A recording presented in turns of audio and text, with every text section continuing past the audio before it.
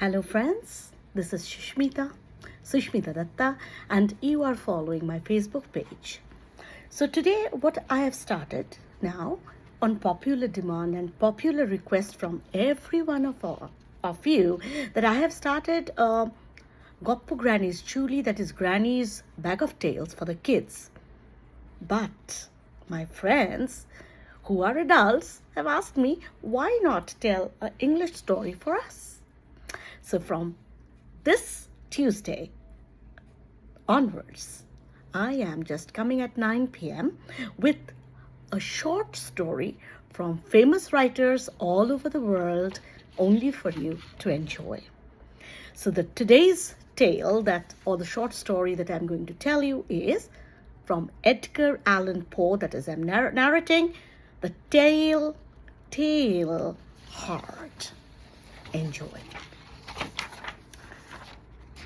True. Nervous. Very, very dreadfully nervous I had been and am. But why will you say that I am mad? The disease had sharpened my senses, not destroyed, not dulled them yet. Above all was the sense of hearing acute. I heard all things in the heaven and in the earth. I heard many things in hell. How then am I mad? Hearken and observe how healthily, how calmly I can tell you the whole story. It is impossible to tell how first the idea entered my brain, but once conceived, it haunted me day and night. Object there was none. Passion there was none. I loved the old man. He had never wronged me. He had never given me insult. For his gold, I had no desire. I think it was his eyes. Yes, it was this. One of his eyes resembled that of a vulture, a pale blue eye with a film over it.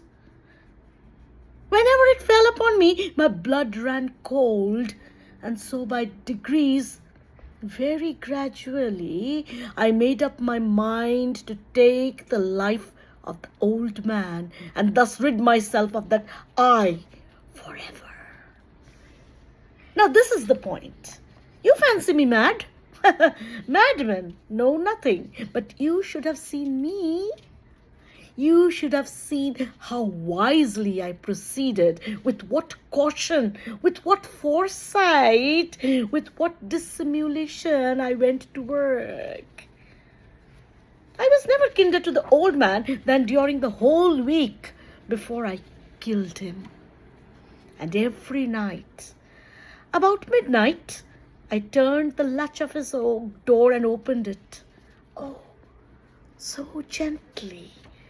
And then, when I made an opening sufficient for my head, I put in the dark lantern, all closed, so that no light shone out, and then I thrust in my head. Oh, you would have loved to see how cunningly I thrust it in. I moved it slowly, very, very slowly, so that I might not disturb the old man's sleep. It took me an hour to place my whole head within the opening so far that I could see him as he lay upon his bed. Ha! Would a madman have been so wise as this? And then, when my head was well in the room, I undid the lantern cautiously. So cautiously I undid it just so much that a single thin ray fell upon the vulture eye. And this I did for 7 long nights. And every morning when the day broke, I went boldly into the chamber and spoke courageously to him, calling him by name in a hearty tone and inquiring how he had passed the night. So you see, he would have been a very profound old man indeed to suspect that every night, just at 12, I looked in upon him when he slept. upon the eighth night, I was more than usually cautious in opening the door. A watch's minute hand moves more quickly than did mine. Never before that night had I felt the extent of my own powers, of my sagacity. I could scarcely contain my feelings of triumph. I fairly chuckled at the idea, and perhaps he heard me, for he moved on the bed suddenly, as if startled. Now you may think that I drew back. But no, no. His room was black as pitch, with a thick darkness, and so I knew that he could not see the opening of the door, and I kept pushing it on steadily and steadily. I had my head in and was about to open the lantern when the old man sprang up in the bed, crying, "Who's there?" I kept still and said nothing. For a whole hour I did not move a muscle, and in the meantime I did not hear him even lie down. He was still sitting up in the bed listening, just as I have done night after night, hearkening to the death watches in the wall. Presently I heard a little groan, and I knew it was the groan of mortal terror. It was not a groan of pain or grief. Oh no, it was low stifled sound that arises from the bottom of the soul when overcharged with awe. He had been trying to fancy them causelessly, but he could not. He had been saying to himself, maybe it is nothing but the wind in the chimney.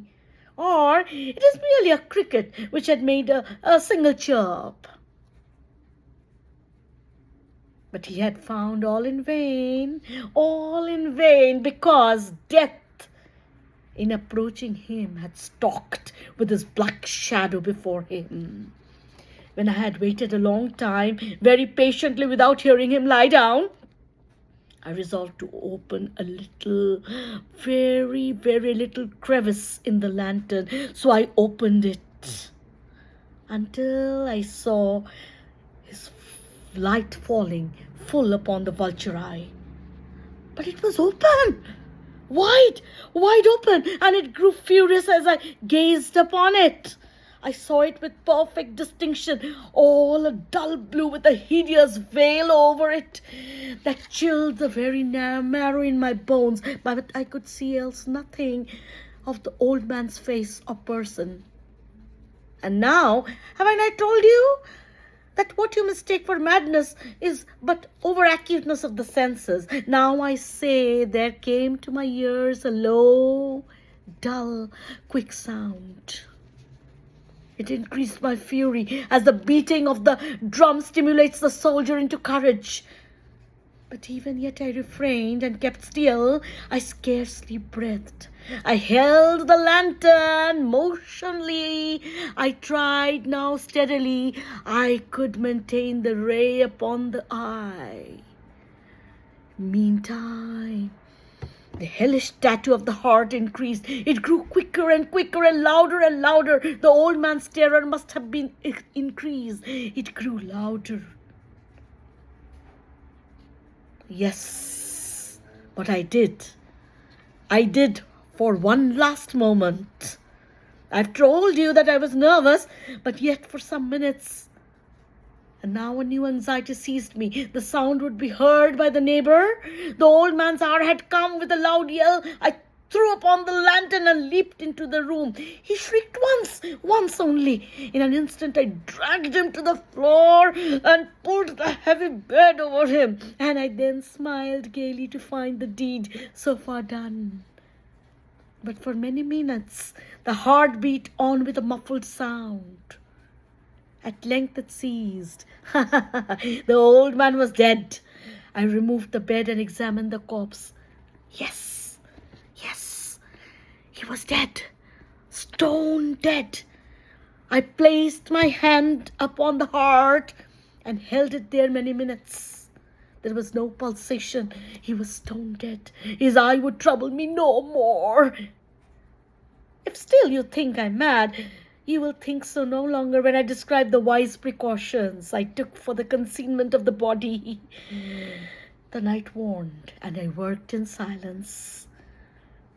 First, I dismembered the corpse. I cut off the head and the arms and the legs. I then took up 3 planks from the flooring of the chamber and deposited all between the scantlings. There was nothing to be washed out. No stain of any kind, no blood spot whatever. I had been too wary for that. A tub had caught on.